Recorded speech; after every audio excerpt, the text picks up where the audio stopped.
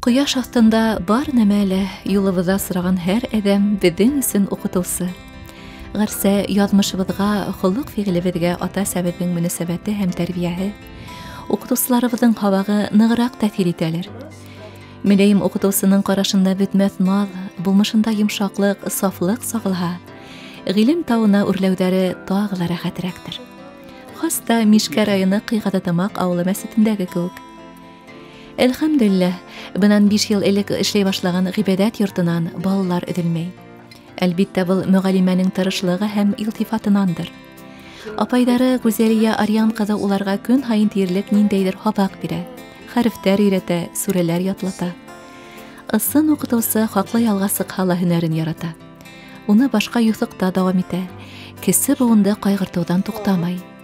Башланғы синиф укытыусыһы Гүзәлия Кәримова пенсияла үҙ донъяһын гына бағып, баҡсаһын бәпләп ятыуҙы хушынмай, Аллаһ ризалығы өсөн мөғәллимлек эшенә тотонған. Әнинең әнисе аны ауылда Зәкият тейҙеләр иде, Муллат тейҙеләр иде, бик уҡымышлы ҡарсык иде.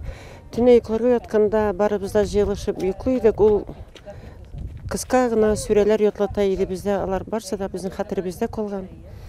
Шулай ук балаларым да бәләкәйҙән үк дингә бирелделәр. Беренче остазым инде авылда динне саҡлап ҡалған Мәсни апа, Вәли кызы, мәрхүм, урыннары узмыҡта булсын. Ул мине йәш кенә чағымнан ук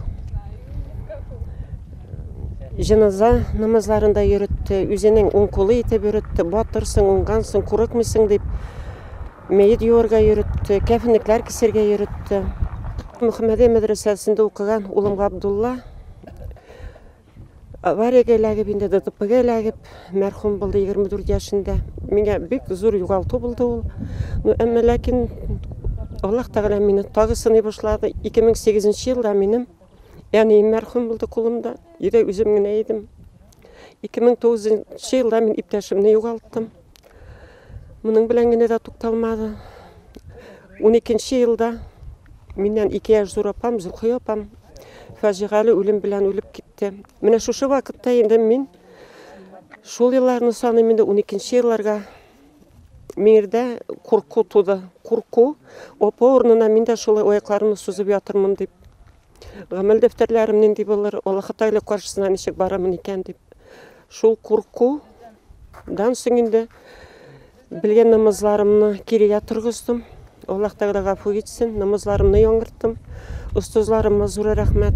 Минем ахирәтем бер тоже Бәбишева Зәлифә. Дингә өндәде, китаплар ҡайтарҙы, кейемнәр ҡайтарҙы. Ауылдың старостаһы садаҡа йыйыу буйынса казначей ҙа, бер һүҙ менән әйткәндә алыштырғыһыҙ шәхес, ауылдың йөҙөк ҡашы ул Гүзәлия Арьян ҡыҙы. Аллаһтың бер ҡоломон тип ябай була белә ул. Һәм күңелендә сикһеҙ, ҡырыйһыҙ рәхмәт тойғолары.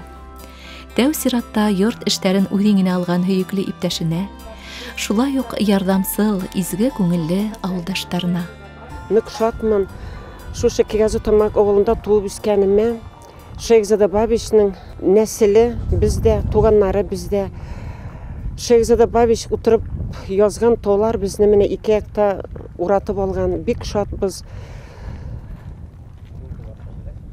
Ул безнең йөрәкләребездә, ул безгә нәселдән нәселгә килә, ул безгә бер якты нур булып, һаман балҡып тора дип әйтәсем килә. Зур рәхмәтлемен.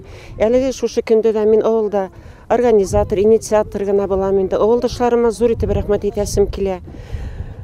Аларга нинди генә сораулар белән мөрәҗәғәт итмәсәм дә, алар мине һәр вакыт ярдәм итәләр. Классташларыма зур рәхмәтлемен, туганнарыма зур рәхмәтлемен. Гүзәлия мәчет буйынса да бөтен эшләрен алып бара. Ул самый безнең основной инде безне өйрәтүче.